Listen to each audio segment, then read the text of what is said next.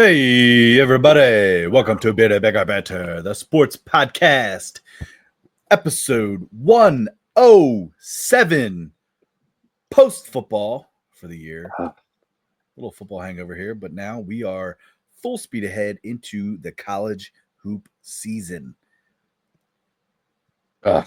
Tunnel vision. Yes. Money to be made, boys. Money to be made. Yeah. We got a rough patch over in January. Now it's prime time. Let's go. Before we move too far on, though, let's just take a moment of silence. For football season? Yep. Okay. All right. Thank you, guys. Thank you. I just want to say from the start that we needed to cherish it, right? Yeah, you did that. You did say that, you guys. And just cherish it. I think you said after week 1. Yeah, and I'll tell you what, this is the fastest season I think I've ever experienced, right? Which is wild too, because it was the longest college football season. Yes. Yeah. You know, but not to stray from the topic, but Tyler, that being said, I think college football really did themselves dirty playing it the Monday after divisional weekend, which is probably the most anticipated football weekend of the year. Yeah. And then you have the national championship right afterwards. And yeah, I think you're saying the excitement wasn't there for it. You got to do it during the Pro Bowl weekend or the Monday after, because I don't know if you guys caught on to my my little rant at the beginning, but the Pro Bowl is the most useless. It is so pointless. It's the most pointless. I don't even want to call it a sporting event because it's not even that. They did the newlywed game, they did dodgeball, they did just stupid stuff. And again, I'm not going to claim this is my idea, but if you want to have a good idea to actually draw attention for that week, the number 1 and the number 2 lowest ranked teams that are 1 and 2 picks, make them play one game for the first overall pick. Dude, that's going to draw attention. It's going to be a bad football game, but guess what? Winner gets the first overall pick.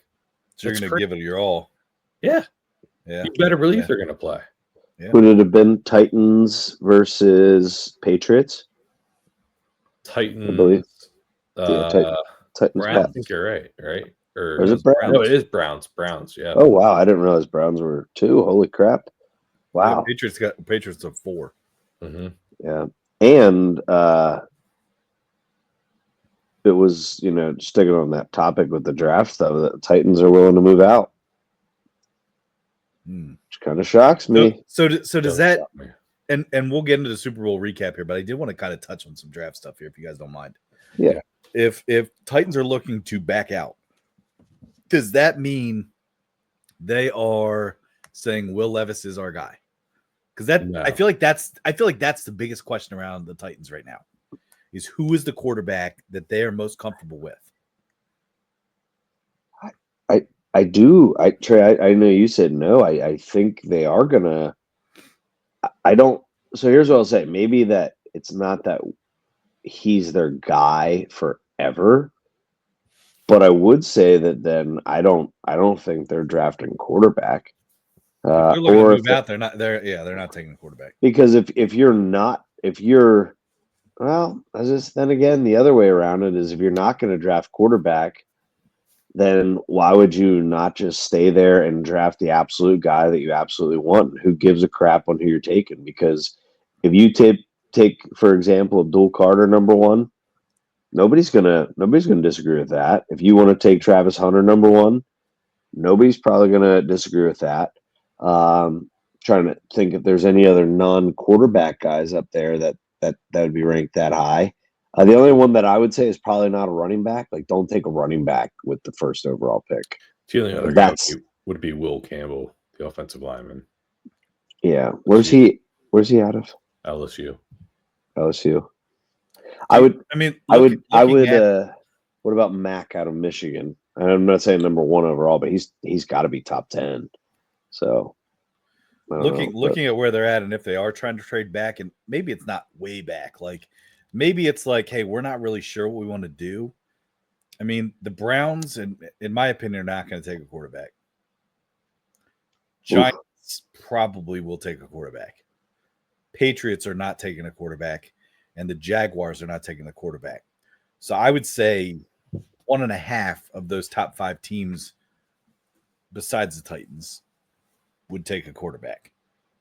So do they draft back, behind, let one of those teams go up, get some capital of some sort, and then maybe still be able to get one of the top quarterbacks and still be satisfied? You know what I'm saying? Because I think the Raiders are a possibility to take a quarterback. I'm not saying they will, but it's a possibility. The Jets are there. The Panthers wouldn't, but I don't know.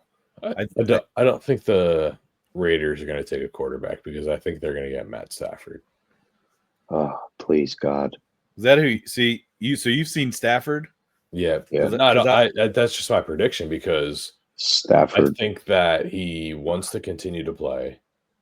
Getting rid of Cooper Kupp, I think that really affected him and his family's. I know Kelly Stafford, his wife, has been very vocal about getting rid of Cooper Kupp on her podcast, which has been a very popular podcast as of late. She had the backup quarterback from Georgia on it. Oh, it's awful. Don't bring that up. Ooh. Sorry. Sorry. Wow. No, she does not. Okay. But no. Man, I lost my train of thought. I know she was upset about Cooper Kupp getting traded. Didn't understand why. She says, "Oh, we're looking to win. Why are we getting rid of these people?" And Las Vegas is not far at all from LA. Yeah. And but that's an up and coming franchise. I'm sure Tom Brady will talk to Matt Stafford. And that's where I think he's going, to be honest with you. And I hope because I see the other team that's in the mix is the Giants. Why would he go there? I don't know. I really don't know because I actually think you have better protection in terms of your up front in Vegas than you do the Giants. So what do you get from going to what's the benefit to going to New York versus LA? You're closer to your home. Big market to big market for her podcast, if that's what Las Vegas is a bigger market, I think, than the New York Giants right now. But Especially when you suck every year. Las Vegas, the city, is bigger than New York, the city? In terms of sporting markets, I think so. It's up and coming, dude. The New York market depends on who you are. If it's the Mets and the Yankees, absolutely not. Those are the biggest markets in New York, and the Knicks, I would say.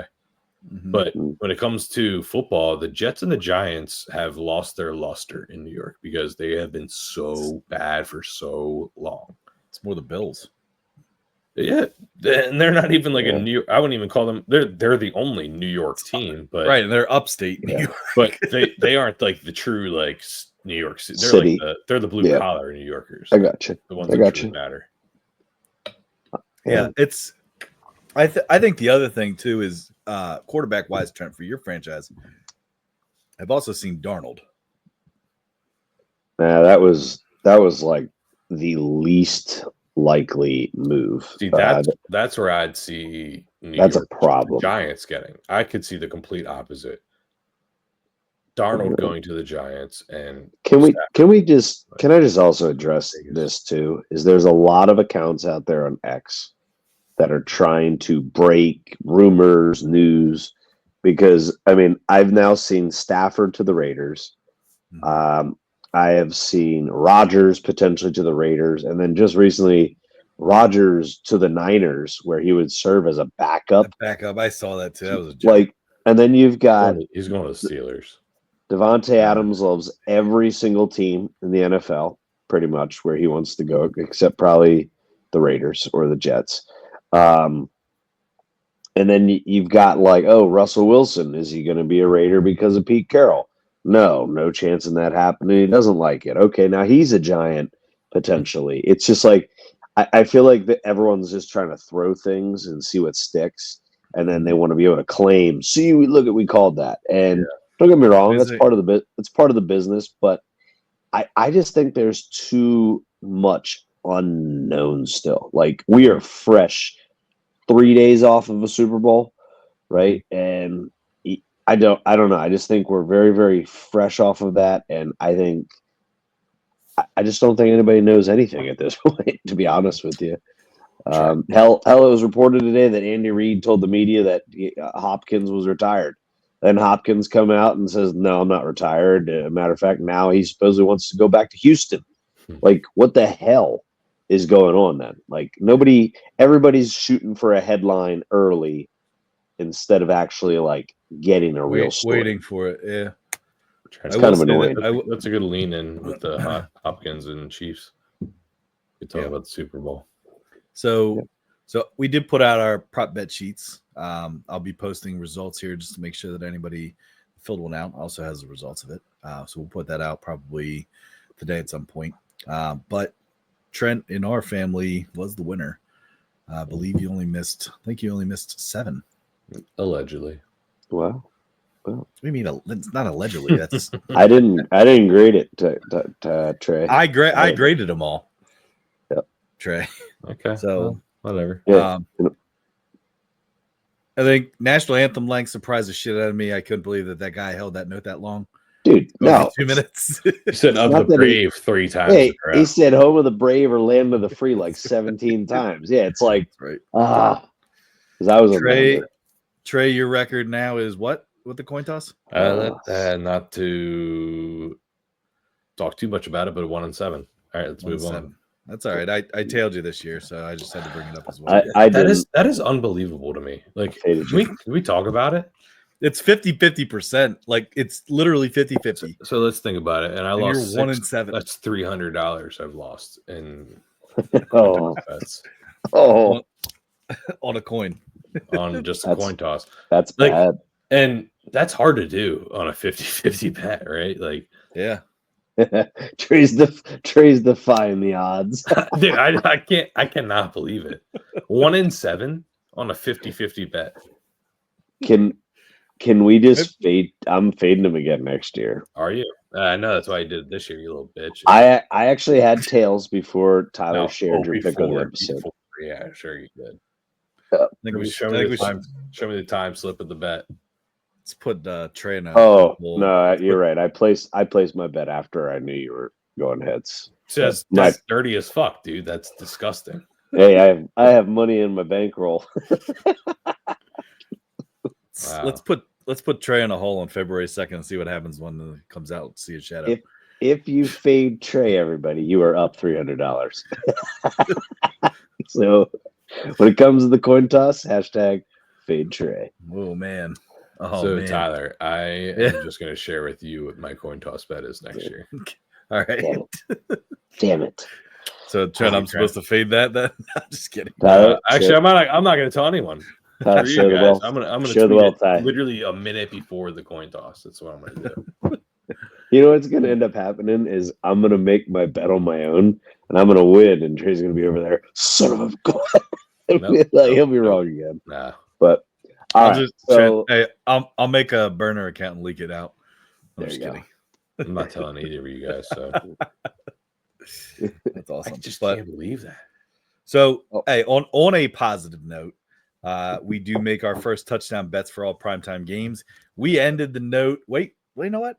We didn't even just end on a note. We started on a high note for the season. Remember that? We hit the very first primetime touchdown. That's right. And the very last primetime touchdown. Am I right by saying that? Bookend it. Yep. So you are right. That was quite a way. We hit nine primetime first touchdown bets this year, which actually tied our record from 2 years ago. So hitting right around, I believe it's like 30-some%, maybe high 20%.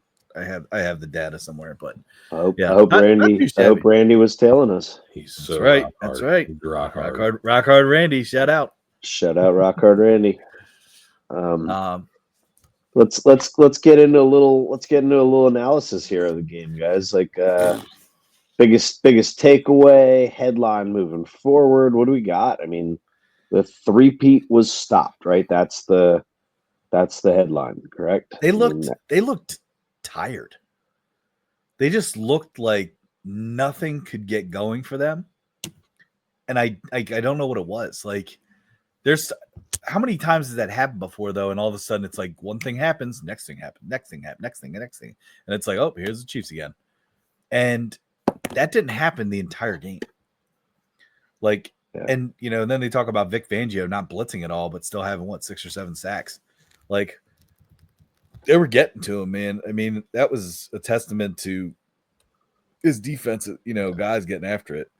I mean, Trent called it right from the start. It was the same exact outcome and game plan as the Bucs when they played Patrick Mahomes. Yep. They didn't blitz. Like, what's his name? Bucs head coach. I can't think of his name right now. Right. Oh man, it's gonna drive me nuts. Todd Bowles. Yes, Bowles. Yes, he didn't blitz Mahomes. He rushed 4 and they just out rushed them. Like their D line outplayed their offensive line, and that's exactly what the Eagles did. Right. They didn't blitz. I don't think they blitzed once, and they had a 25% QB rush rate. Like, right.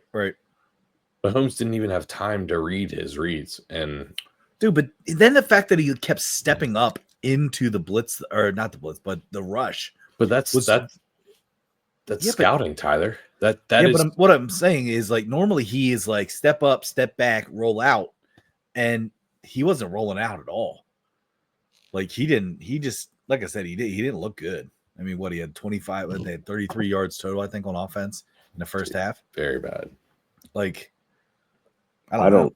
I think it took them until about like halfway through the third quarter to cross midfield.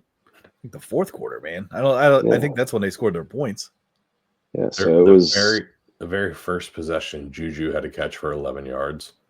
That was their only first down, I think, in the first half. Wow.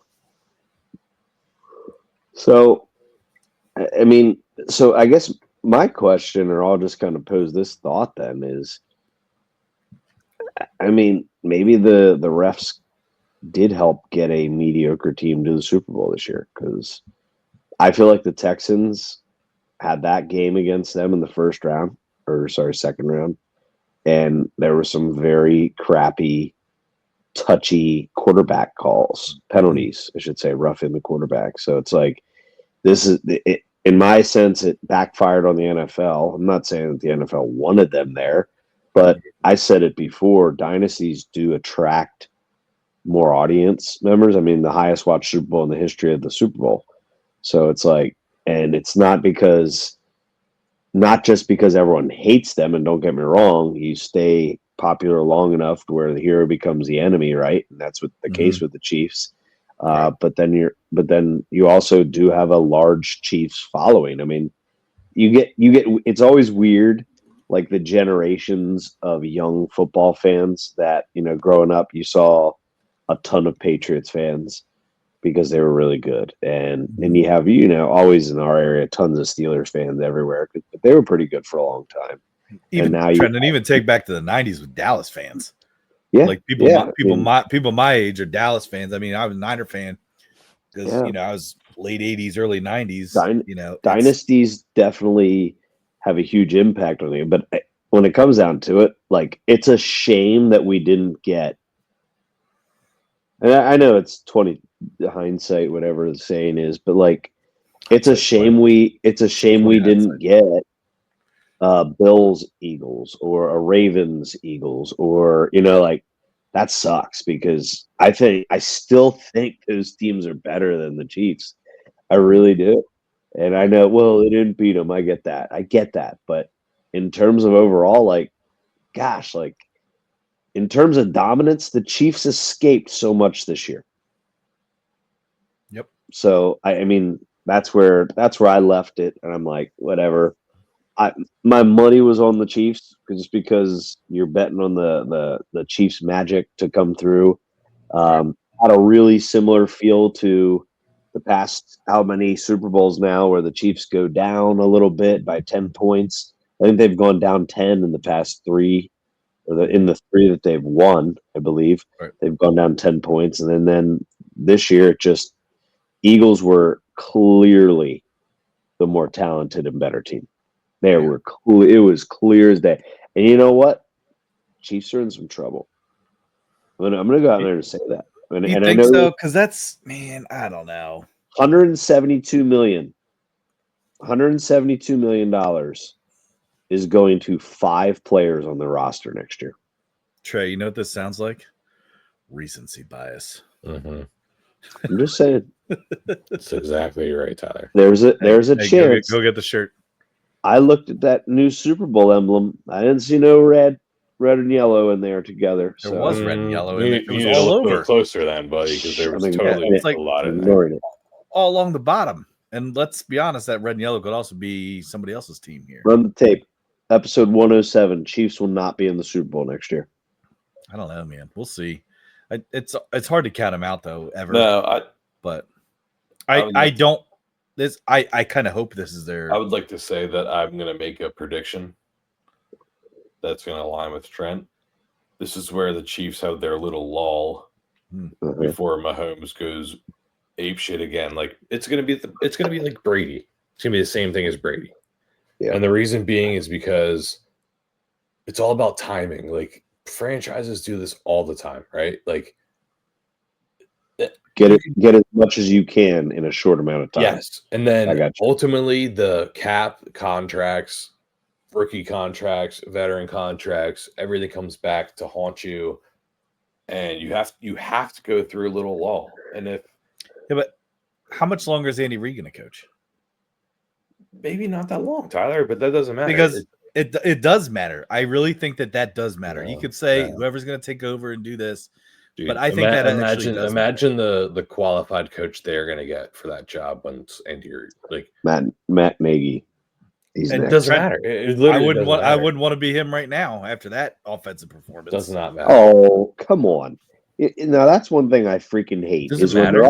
I've said right now, it's a recency bias. I'm not saying he's bad. Offense gets shut down, it's Matt Nagy's fault. But when their offense is clicking and doing good, it's Andy Reid's. Yeah. I'm not disagreeing. He's earned that, but don't put that all on Nate. I mean, Reid's got the play call sheet. Just hear me out. Hear me out. I didn't put it on anybody. There's going to be a time. I did not. I said right now. I said it would not be a good time for him to step in there. Why? People remember the last thing.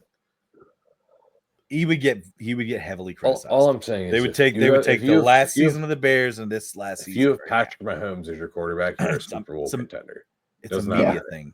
It's a media thing. That's what I'm saying. Here's their law: is they got to rebuild their offensive line like they did after the Bucs Super Bowl. Yeah, that's what they got to do. They got to go all in. Guys that don't hold and guys that don't false start every play. Or just how about block? That's a starting point. After that Super Bowl, how about you block for more than 2 seconds? Because I'm just saying that's that. Or you. Never mind. Yeah.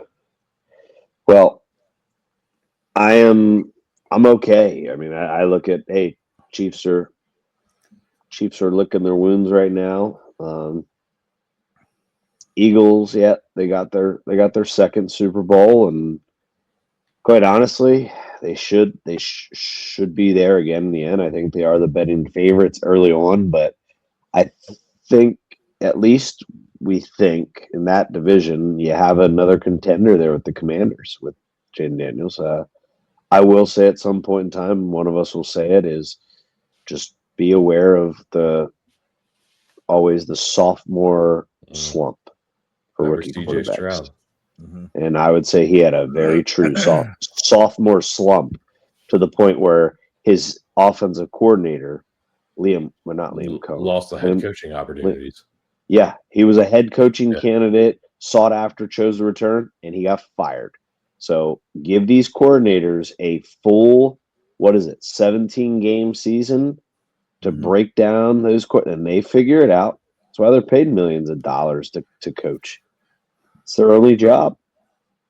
Real quick, I'll give you top 10 contenders here, Super Bowl, and then we can actually segue into college basketball. Right now you have Ravens, Chiefs, and Eagles. All three are at plus 650.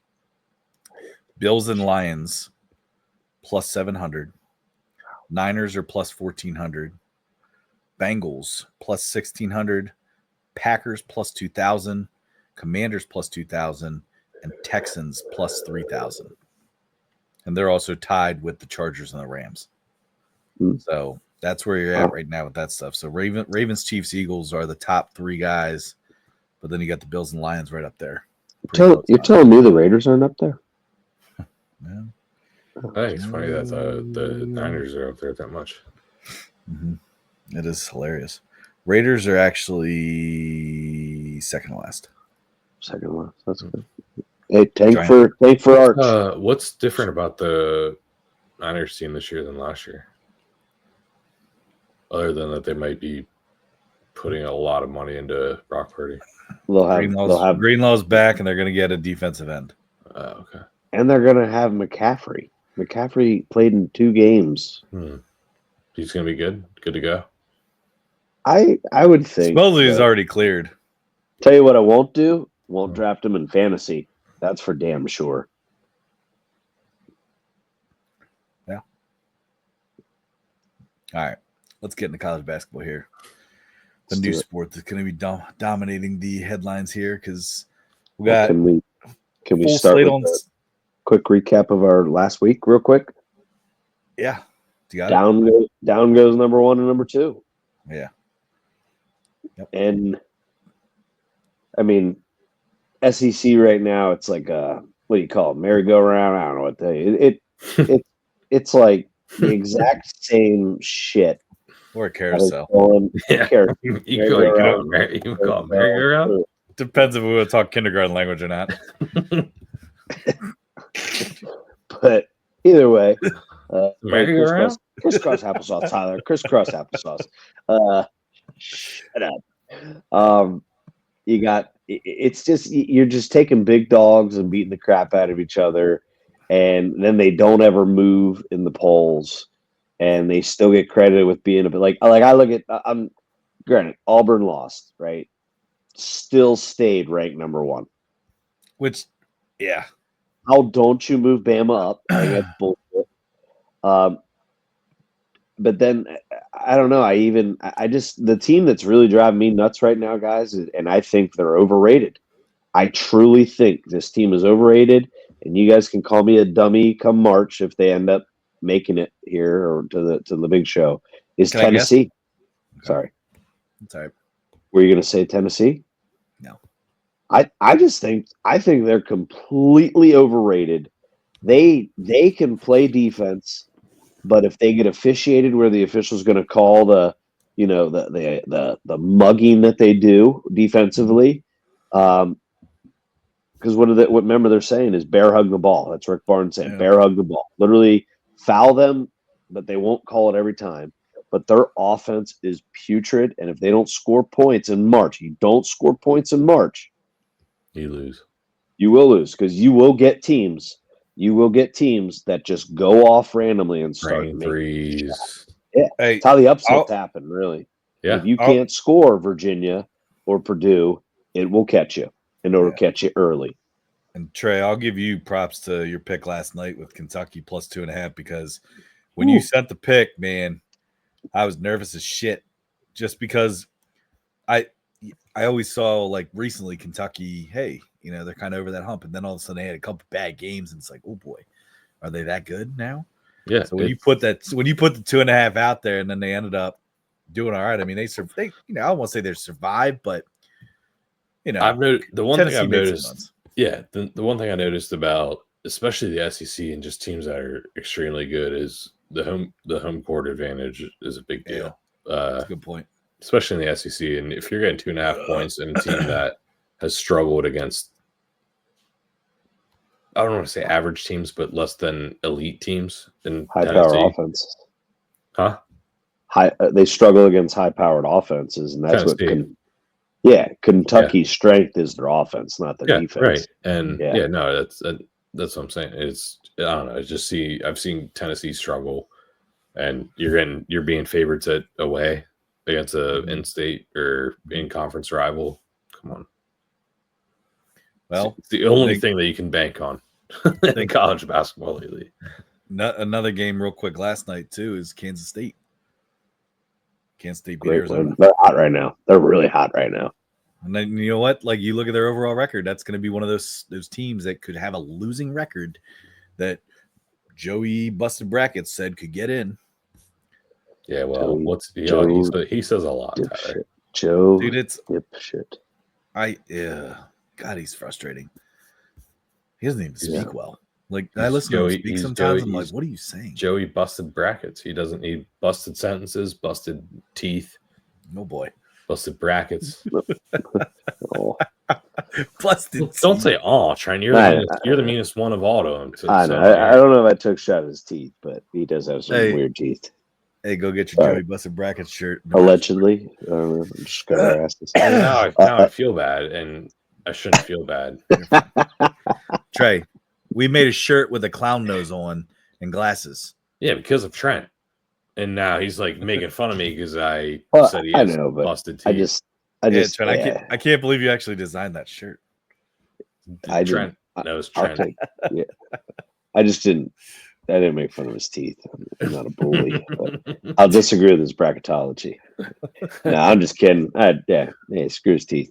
Yeah, exactly. So as of tonight, he has Auburn, Tennessee, Bama, and Duke all as 1 seeds. I believe that will change, and I believe Florida is going to have to be up on the 1 line. Yeah, over Tennessee, instead of Tennessee.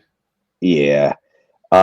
The tough thing is going to be placement of these teams because which would have been a potentially brutal bracket, he had the East with Duke as the 1, Florida is the 2, Texas Tech is the 3, Kentucky the 4. Jeez.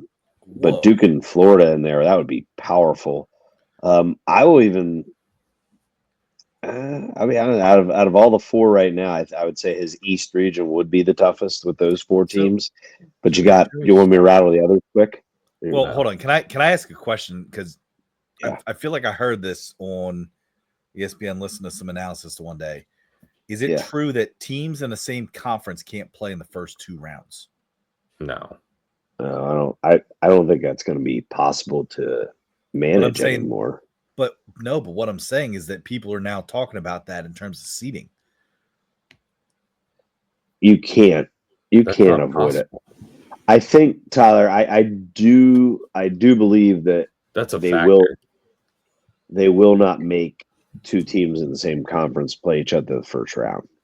I agree with that. Maybe that's it. I mean, I don't know if it's the first round or if it's the second round. They'll avoid that at all costs. They've got to. It wouldn't make any sense. It wouldn't. Look at Midwest region. Bama, Purdue, Iowa State, Kansas. West region, Tennessee. I think this is a bad region. Tennessee, Texas A&M, Arizona, Wisconsin. Like that to me, those 4 teams. Like I know A&M is ranked 8th right now. I think they're 5, 6. I think they're 5, 6, 7s better than anyone else's though. What do you mean? Ole Miss, UCLA, and Clemson. Those are very tough higher seeds. I'm not. I don't know what you're looking. I'm only looking at top 4. And then you got the South, Auburn. I think this one's tough. Auburn, Houston, Michigan State, and St. John's.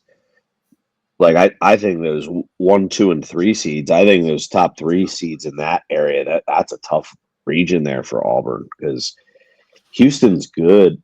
Houston's always been consistently good, but then Michigan State is. I mean, they've hit a little snide here, but they're no pushover. Especially Tom Izzo and March. Like I'm actually very surprised they don't have Michigan State in with Duke because they love. I guess it's because Coach K is not there anyway. They just love the Coach K Izzo matchup every single goddamn year. But last 4 buys. Schneid. You said snide. Okay, I didn't have the schn. Sorry. Yeah. Last 4 buys: Nebraska, Oklahoma, Texas, Vanderbilt. Last 4 in Georgia, overrated. Wake Forest, San Diego State, and BYU. You want first 4 out? Yep. Arkansas, VCU, North Carolina, SMU. SMU just had a nice win against Pitt last night. Yeah. Next 4 out: Pitt, Xavier, UC San Diego, and Boise State. Say So how does he have Carolina ahead of Pitt? Probably strength of schedule. Like and again, I'm a Tar Heel fan through and through, but Tar Heels suck, man. Yeah, like they suck. Like I am as a fan, I'm having trouble watching them this year. Yeah. Like that's how frustrated and bad. Like that Clemson game the other night. Oh my gosh. I texted you guys. I wouldn't have let Hubert Davis come out in the second half to even coach. I would have just sent him home. I would have said, "Hey, here's a plane ticket." So Tyler, he technically Carolina is ranked number 71 overall, whereas Pitt is 73. So Carolina could, they get 1 or 2 good wins here. They could technically get in. Well, when you say 1 or 2 good wins, if you look at their schedule, they're going to have to beat Duke. Well, yeah, to have a shot. To have a shot, and maybe a game or 2 in the tournament. The ACC. Yeah, it's got to be a quad. It's got to be a quad one, man. You got to either beat Clemson, Duke again, or Louisville. I honestly think though, Trent, I think if somehow Carolina does pull it off against Duke, which again, I don't see that happening. I think they beat Duke. I think somehow they sneak in, as long as they're not a first game out of the ACC tournament. Dude, I don't know, man. I don't agree with it, but right now, if we're seeding North Carolina, 16 seed.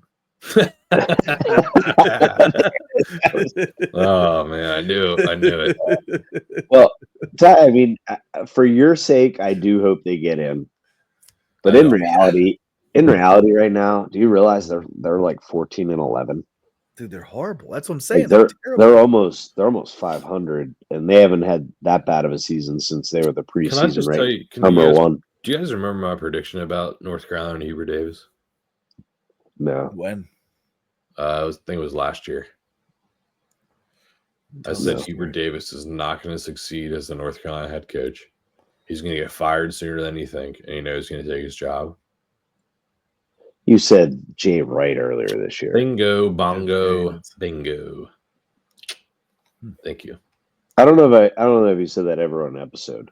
Yeah. Absolutely did. He did. He said the Jay Wright thing a couple weeks ago. Jay Wright, I agree, but I don't remember that prediction of Hubert like that, because I think everybody would sit there and say, "Turn." I said he's going to play for North. I said Jay Wright is going to coach for North Carolina. What does that mean for Hubert Davis? That means he has to get fired, Trent. I know, but I'm talking like you didn't say that about Hubert's career. You said that after 3 years in. Regardless, but.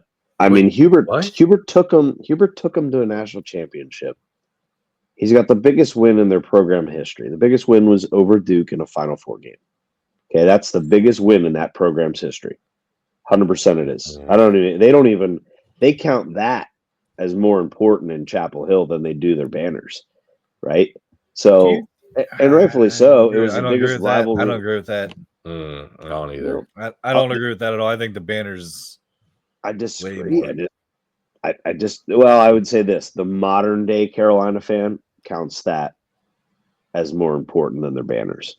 But let me ask, and Tyler, he's taking some shots, Tyler. I don't know. I'm saying you're more No. I'm talking like younger generation Carolina fans. I'm talking like late high school, mid-20s fans. Okay, they will say that because it was, their memes, social media, all that stuff. But I do want to say something I read today on a UNC fan account, and I want to hear your take, Ty, where they say if they stick with Hubert Davis, Carolina is going to fade away as a blue blood, just like UCLA did and Indiana did. Whoa! They said that's the track that Carolina's on right now with Hubert Davis. Yeah, you guys got close with Doherty. Yeah. It's literally like deja vu, right? I was. So how do you turn that around?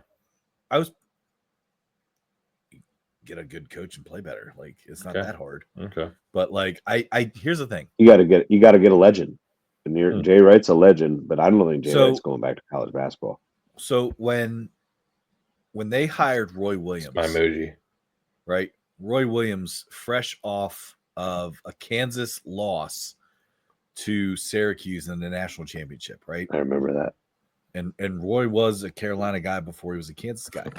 Bringing in like you just said, a legend like Roy Williams to just say like, hey, guess what, guys? This is how basketball is played. This is what winning takes, and this is a winning formula. I think right now what you're seeing with Hubert Davis is, I think Hubert Davis, again, I'm not trying to knock him like as a person at all, but I also don't think that he has, I'm not even really sure how to say it. I think the players love him, right? Like I think he's a player's coach, but I think there is also a fine line between we're going to go run through a cement wall for you as a player's coach, and hey, you're a best friend. Let's go out for beers. Yeah, that's exactly like it's too buddy. I don't think there's enough seriousness. Like, to make a reference, Hubert Davis is a player's coach. Dan Campbell is a player's coach. Dan Campbell, for the Lions, also would have his entire team run through 10 brick walls for him and be like, all right, coach, what's next? What are we doing next? And I don't feel like that same vibe with Hubert Davis. I think it's just like he could get angry, he can yell, he can do whatever he wants, but I don't think the players are like, okay, like let's fix this now. Again, I don't know if it's the style, and it's a shame. Like I like the guy; he's a good guy, good announcer. I liked him when he was an announcer. I don't see him as the players' coach.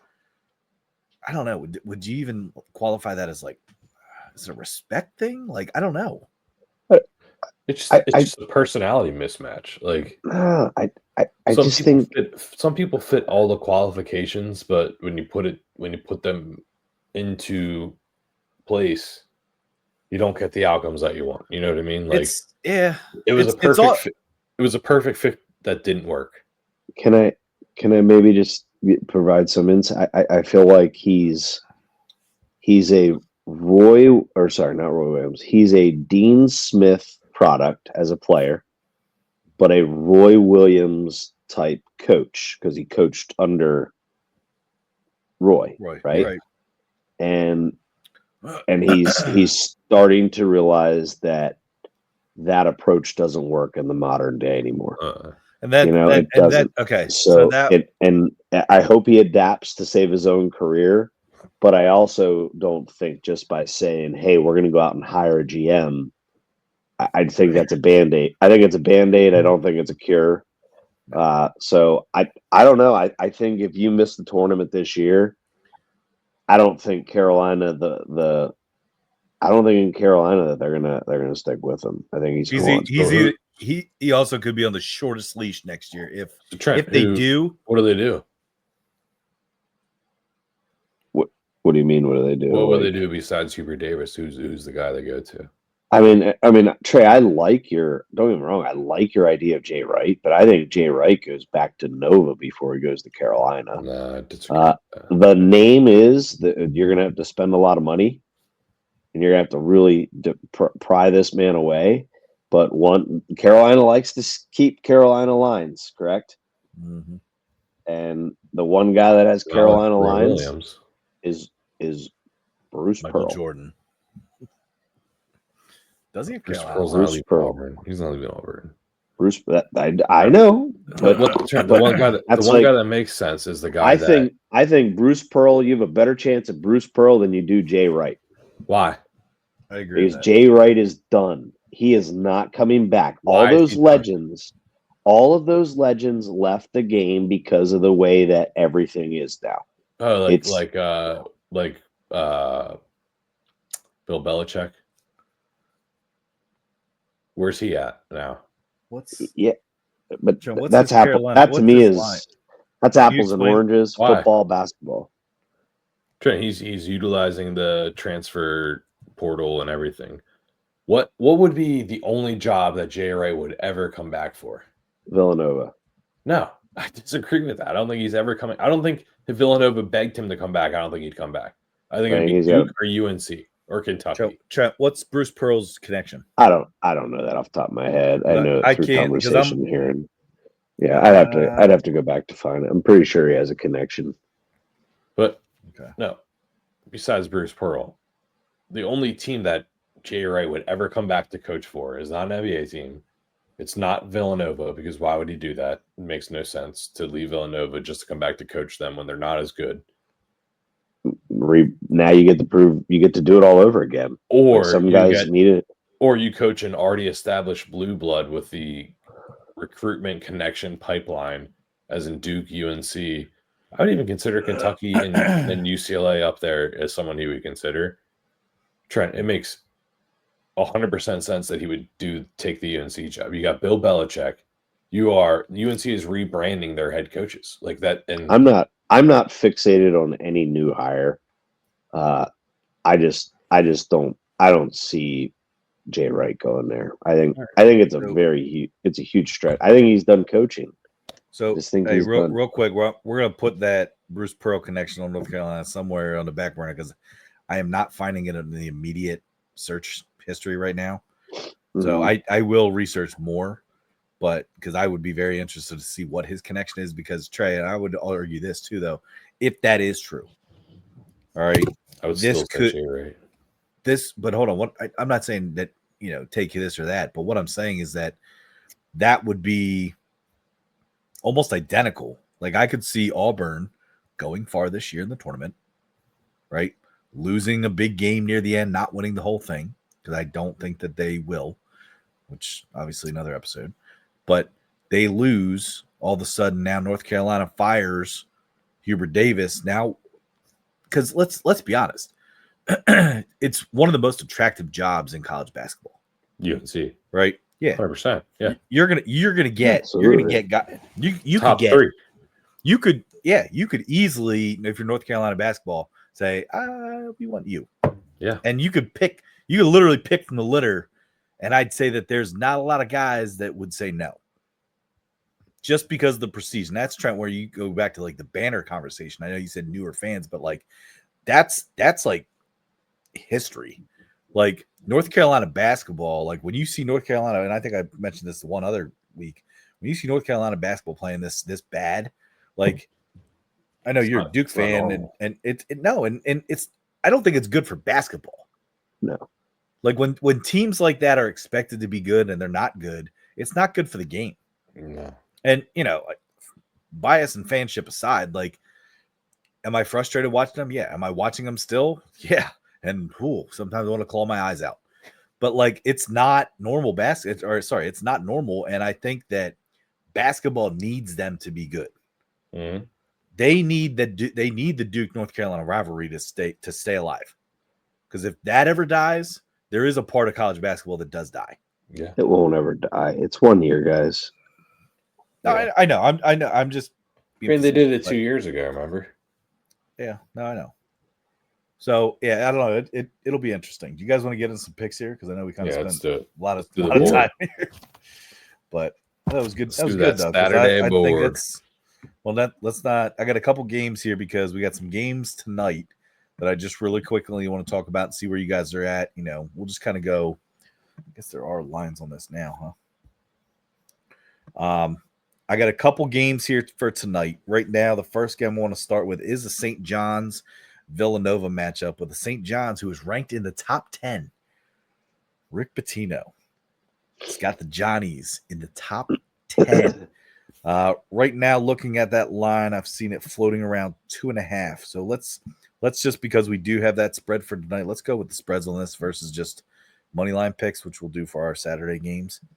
So if you have 2.5 St. John's against Villanova, and it is at Villanova, hammer it.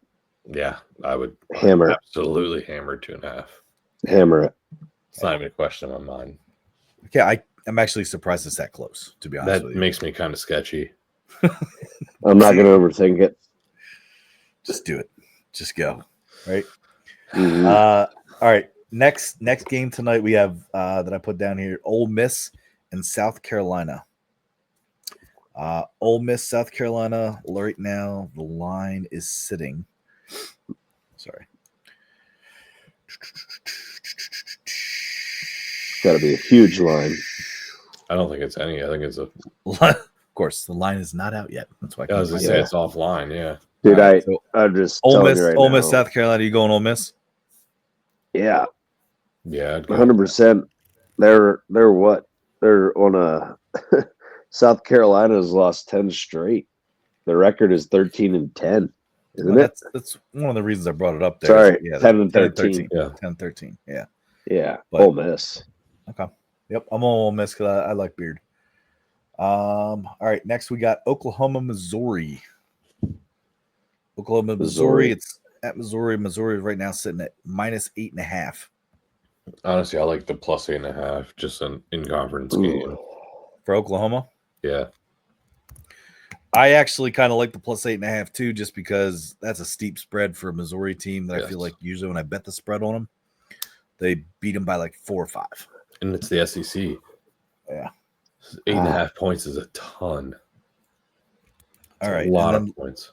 I would take Missouri. I'll take Missouri. Last one we have here, and Trent, if you wanted to talk about your Duke game too, we can. But I didn't know if it's Duke, California. But I brought up Texas Tech, Arizona State. That spread right now is Texas Tech -15.5. I like +15.5. Where's it at? That Texas at Texas Tech. Lubbock. Wow, that is a big spread.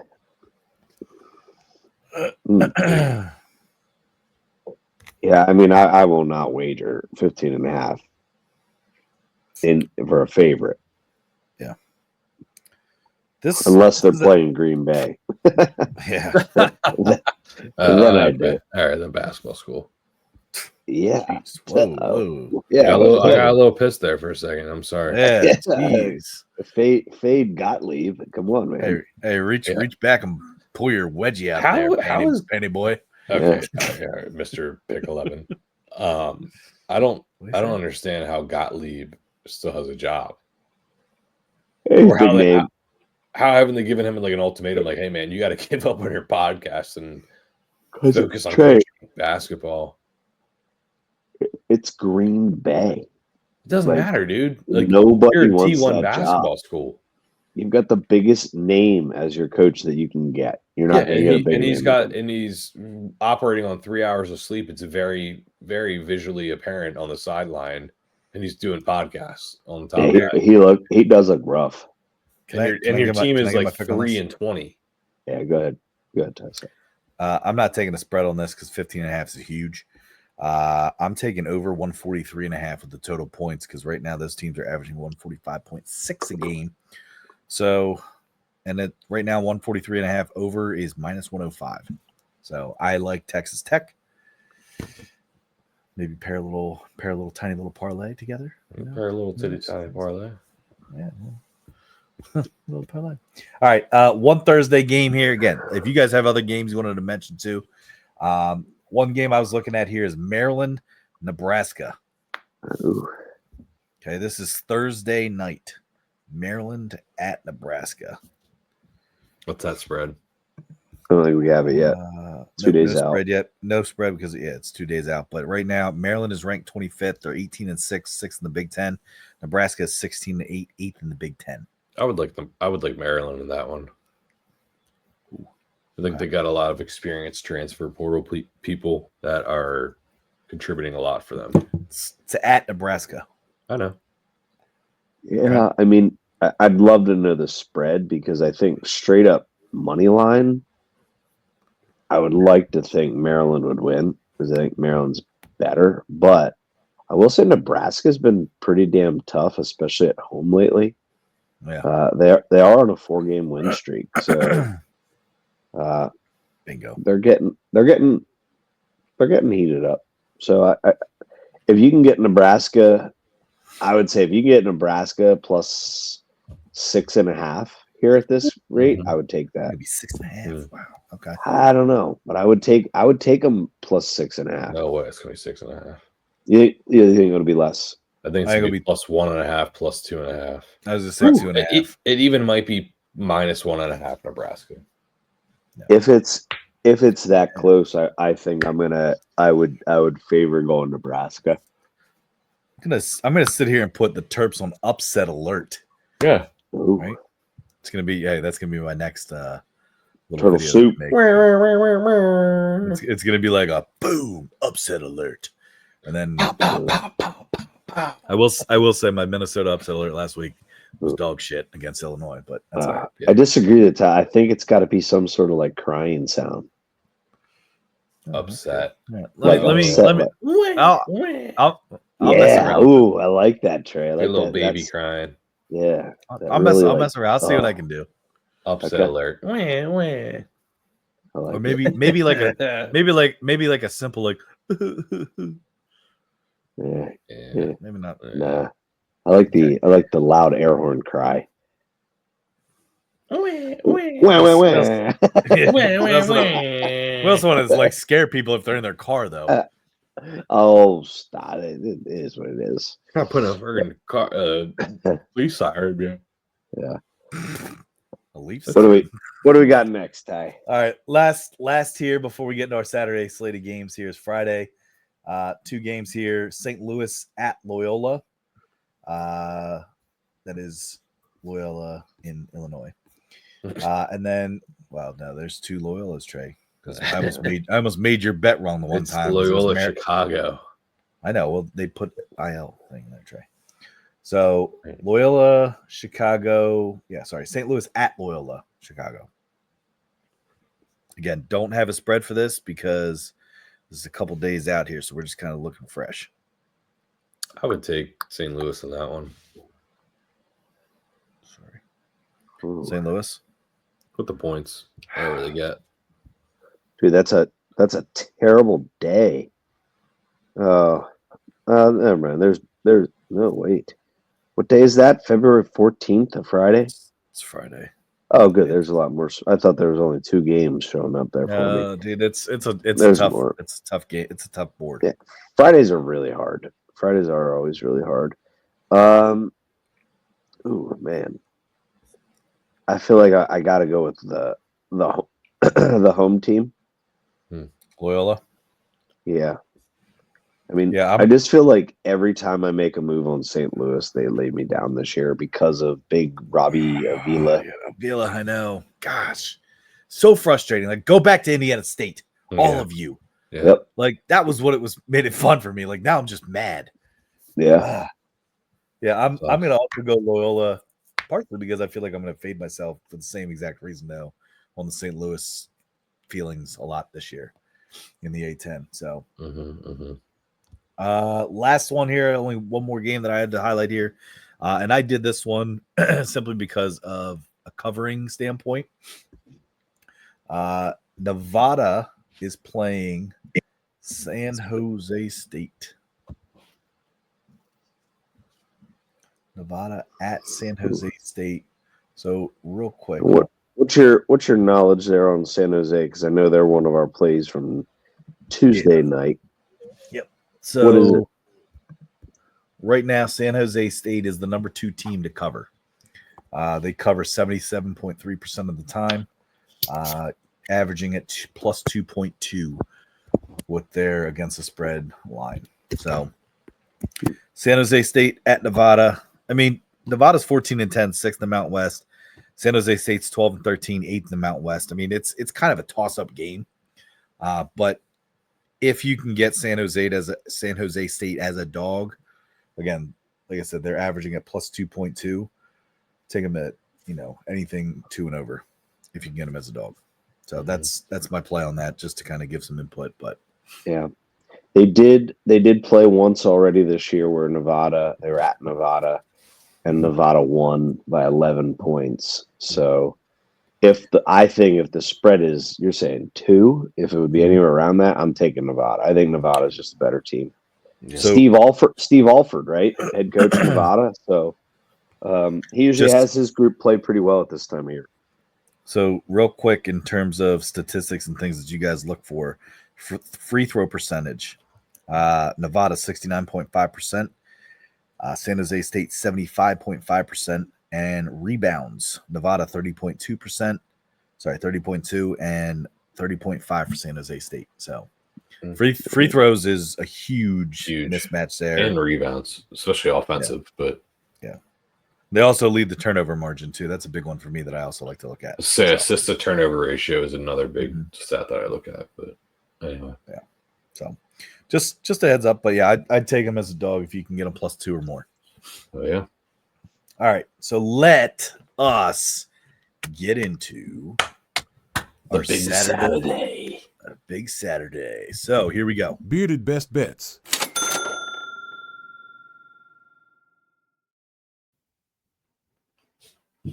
Okay, so best bets right now. I know we don't know the lines, but we're going to go with is our money line looks for some of these games. We got a lot of big games here. So if you wanted to follow along too, we have big games, our top 10, and then I also put on a couple 2 smaller games to kind of keep an eye on as well. We're going to start 12 o'clock slate with Arkansas at Texas A&M. Excuse me. Arkansas at A&M. Yep. I'm going A&M. But this is all money line, just so everybody's clear on this. I am going Arkansas. Whew. You're going Arkansas. Yep. Okay. I'm gonna. I think I might go Arkansas as well. I just don't. Texas A&M is a team I don't trust. Yeah. That might be Buzz Williams, their head coach. Yeah, might be PTSD from Buzzword not meeting Buzz. So I am glad that that's coming back up at this time of the year. I feel like it's kind of like a holiday season. Yeah, it's like Undercover Buzz. Go get that shirt in the merch store. Yep. BeardedBakerBrothers.com. Yeah, I'm going to go Arkansas though too. I also feel like our uncle has the boys playing there in Arkansas on Saturday. So Uncle Cam, great guy. So yeah, I'm going Calipari in Arkansas to pull off a little upset, but that is not upset alert though. We still got that game coming up. There. Not all right. Wisconsin at Purdue. And I will say this: Purdue had a little hiccup last night. Obviously, yeah. They were up big early on Michigan. I couldn't believe Michigan came back and won that. But it's at Purdue. You said, Purdue. Yep. Totally different team at home. Purdue money line. Yeah, I'm with Trent here. I'm going to have to go with the Boilermakers. I think they're going to bounce back. I think that. Yeah, I just think it's going to be a different team, like he said. I think their home field advantage is going to be a big factor. Agreed. The Boilermakers. I'm on Purdue as well. I do think, though, Trent, when you were going to talk overrated teams, I think Purdue's overrated this year. Yes. Just a thought. I know they're 19-5, but I think they're overrated. I think Tennessee is so overrated. I think I'm not disagreeing with that. All right. Next game we got here on the list, we have the Houston. 2 o'clock game. 2 o'clock game, Houston at Arizona. Again, we mentioned Arizona dropped one last night. So they might be out for a vengeance, especially playing at home. Although I will say Houston is playing tough ball right now. Mm-hmm.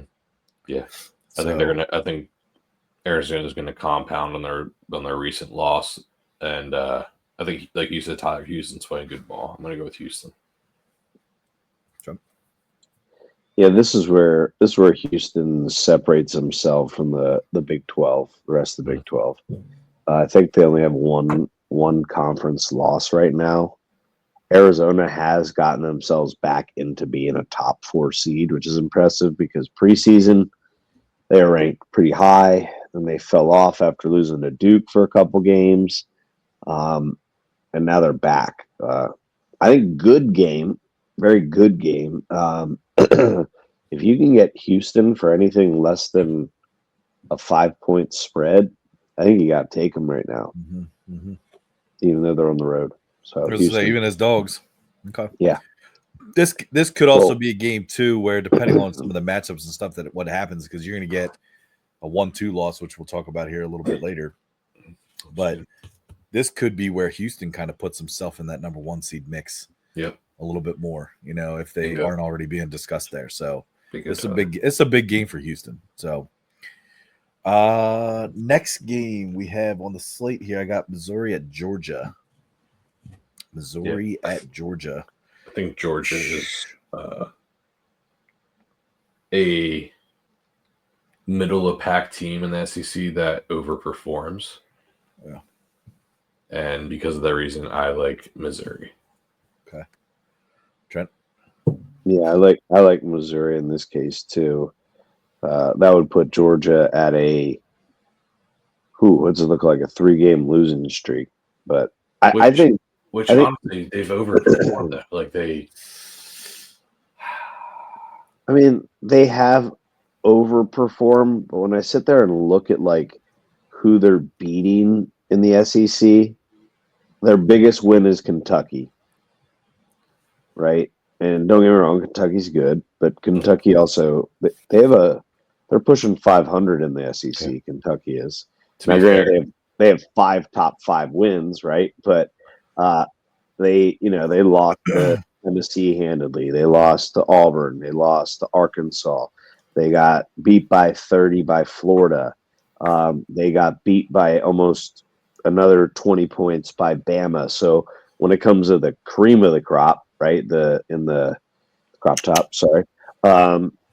In the SEC, yeah, Georgia, you're right, Trey. They've beaten the teams. They've beaten the bottom of the barrel consistently. Yes. So the only team that they overperformed on or beat was Kentucky, and I bet on Kentucky that game. So that was cool. Yeah, I think that was actually my pick. Yeah, it was. I remember that. Yeah. So I will say this: I almost made this my upset alert for Georgia, Missouri. Went back and forth between this game and the other game that I do have as the upset alert. So I'm going to stick with Missouri. I think that Georgia covers because I feel like they will make this probably about a 6.5, 7.5 point spread. 9.5, 8.5. Could be more. Could be more. I just don't think Missouri will cover that, but I do think that they'll win another tight game. So that's my analysis. All right, big game here. The 4:00 game, Auburn, Alabama. We got the 1 versus the 2 already before March. Man. So, Trent, or either you guys want to go? So right now, just quick behind the scenes stuff. Auburn 21-2, first in the SEC. Alabama 20-3, second in the SEC. Whew, it's at Alabama. So I am going to go with Alabama. Yeah, I can't wait for this spread. Like I just can't wait for the spread. I mean, I'm looking home court advantage, which we said, is so big in the SEC, especially for the big time matchups. Wait. Trent also makes that same comment when he buys cream cheese at the grocery store. Mm-hmm. Yes, he does. Can't wait for the spread. Yeah. Shout out, what else he says? Shout out Philadelphia cream cheese. Right. Yeah, I kept the G ready, Trey. Yep. So I just look at it this way: is I think Auburn almost slipped up against Vandy earlier, on Tuesday. Vandy's good. They are. They're much better than what maybe their ranking shows. But I feel like if you're Bama, don't you have all the bulletin board material ready to go? Like, you guys didn't lose a game, they did, and they still didn't move you up 2 spots in number 1. They didn't put you. It's what is it? The Iron Bowl in football, right? Mm-hmm. Like, this is your biggest rivalry you have. It's in your home. You were disrespected by the AP top 10. Go out and do it. So, number one offense in the country. I feel like they're always number 1 offense in the country. But I'm gonna go Bama here. I'm gonna go Bama. If you get Auburn as a dog, though, I feel like that's the ultimate tease or Yeah. setup to say like, hey, you can get Auburn for positive money. Like, Yeah. come take us. That's exactly what it is. It's one of those Yes. gotcha bets. Yeah, and people are gonna fall for that. And I hope I don't. So- I'm not gonna. I bet it's plus 2.5 Auburn. Yeah. This discussion led me to a realization and a bet that I'm excited about. Two actually realizations. One is that Auburn is going to win this game money line wise, but the other one that thank you, Trent, for this is I'm going to bet Vanderbilt to win the NIT. Or the NIT? Yeah, they're not going to make the. Yes, they are. Lenardi has them in. Yeah, Trey, they could make it, dude. I just think that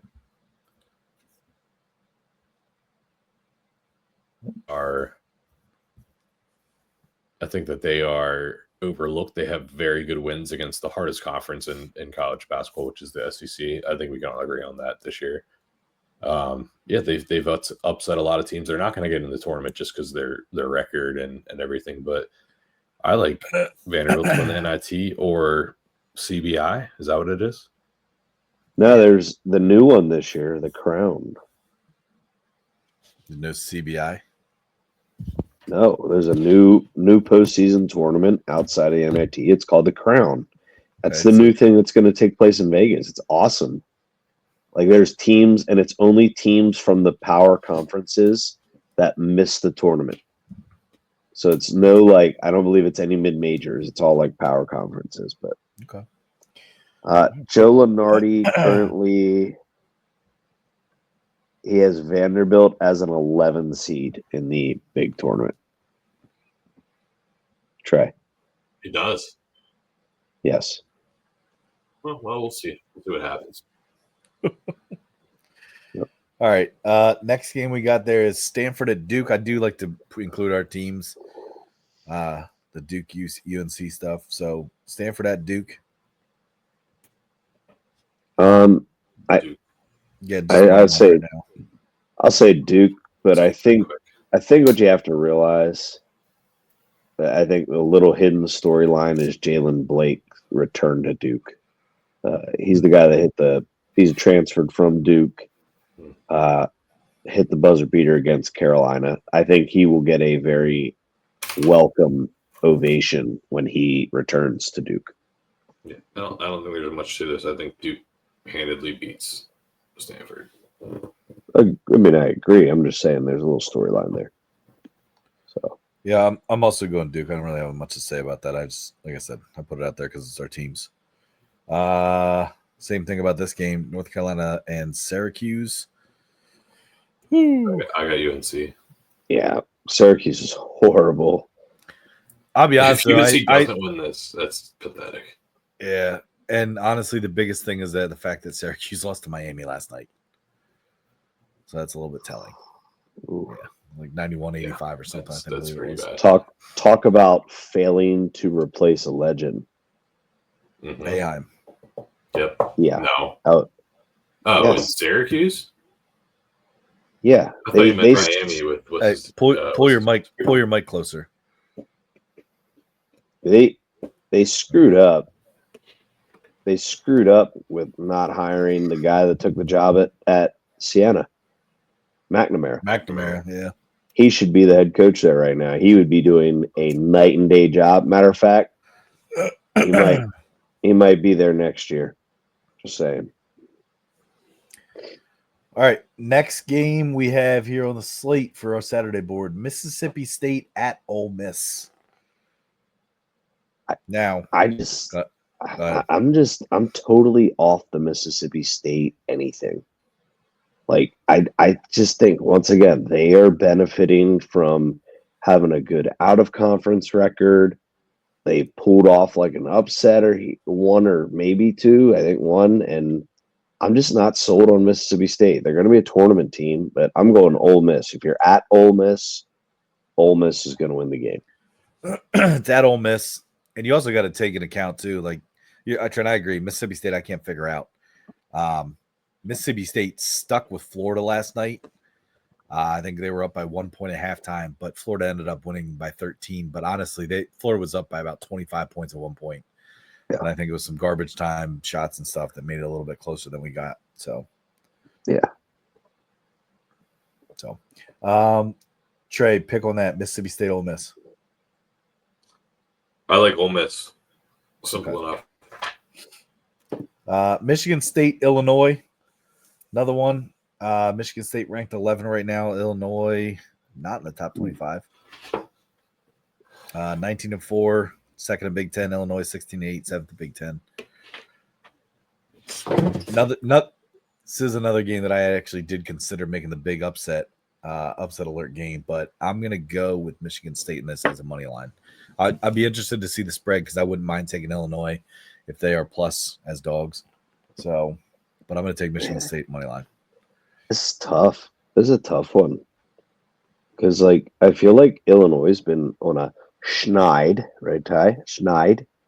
Okay. But man, like, there's just the thing. Illinois is another team this year that I just can't figure out. Yeah. Like, I think they've been ranked in the top 10 at one point for a very short period of time, or at least very close. And then they just fall off the face of the earth, I feel like. I mean, they have some bad losses, 20-some point loss to Maryland. They did lose at Michigan State by 2 earlier in the year. So I think this is a very big opportunity to get yourself back in the mix of maybe top 4 seeds. And I'm gonna go Illinois to cover in this one, but wow. I'm going to just go. Know what the spread is. I know. So when it comes to the spread, I'm hoping to get them to cover. Who's going to win? Illinois. Wow. All right. I'm going Michigan State on this. Wow. Okay. All right. Last game of our slate here, we have Kentucky at Texas. Kentucky at Texas. Now, there are some other games and stuff that we said that are some big games that, we're not putting on the board, but Kentucky, Texas. Money line straight up, I'm going to go Kentucky. I think Texas is actually kind of pretty bad this year. Yeah, they're pretty shitty. Yeah, if Kentucky loses to Texas, this is a bad loss. So I'm going Kentucky. All right. Trent, you did mention that you did want to look at the Tennessee Vanderbilt game. Yeah, I think as we stated earlier, we think Vanderbilt's a little bit better than what we've thought, and I totally agree. They hung with Auburn tonight, so it is, and they did knock off Tennessee by 1 point earlier this year, but it was at Vanderbilt. I mean, I'm going to take Tennessee to win. They have to. I mean, they just have to. They can't drop another 2 back-to-back games, but should be I hope it's a good game. I think it could be competitive. Any other games, Trey? No, those are the ones I like too. So glad we touched base on all of them. All right, upset alert. Ready? Here's Sure. my upset alert. Upset alert of the Saturday. Florida State beats Clemson. Ooh. I like it. I like that upset alert. So the hangover happens. Yeah, I think it finally kicks in. Wait, because Clemson just won today, though, didn't they? Clemson beat Carolina, and they beat Duke prior to that. So you win both those, Tobacco Road matchups. But why isn't it talked about more? They have wins. Well, I guess the Carolina win doesn't have as much weight right now, but it is a blue blood. Thanks. But you got wins over Kentucky, Duke, and Carolina this year. That's 3 blue bloods by Clemson. And the fact that they're only 23, and then you got other teams sitting up there, in the top, 10 to 20 area. Yeah, I mean, totally. So, but I do think that Florida State at home will beat Clemson, not by much, but I think this is my upset alert game. So just something to keep an eye on. Little game to put a little sprinkle on for fun. But yeah. All right. Anything else college basketball? We knocked out the board. We knocked out a couple games here. I know we're recording here Tuesday night and then the Wednesday. Got some cool games coming up here. But other than that, guys, let's have a great rest of the week. Let's continue slowly creeping our way into that big tournament that we love. So, dude, but I know Trent, you always bring it up too. conference Dude, tournament. it's conference tournaments, man. I Yeah. cannot freaking wait for that shit. But I am that so month- excited. It's that month is the best. Yeah. It's like the Super Bowl. Everyone gets a little depressed after the Super Bowl, but then you got to think about it, man. You got the heart of college basketball, then followed by conference tournaments, bracketology, March Madness. And then by that time, you know what? Baseball starts. Hey, pitchers and catchers report soon, don't they? They already reported, Tyler. Okay, I knew it. They already reported, baby. All right. Well, with that being said, enjoy Happy Hump Day. Get over those humps. Happy humping, baby. Happy humping. And enjoy your weekend. Mm-hmm. And appreciate all you guys listening. Thank you, Trent. Thank you, Trey. Yeah, fellas. Hump hard, guys. All right. Let's go. Have Love a good it. weekend. Yep. See ya.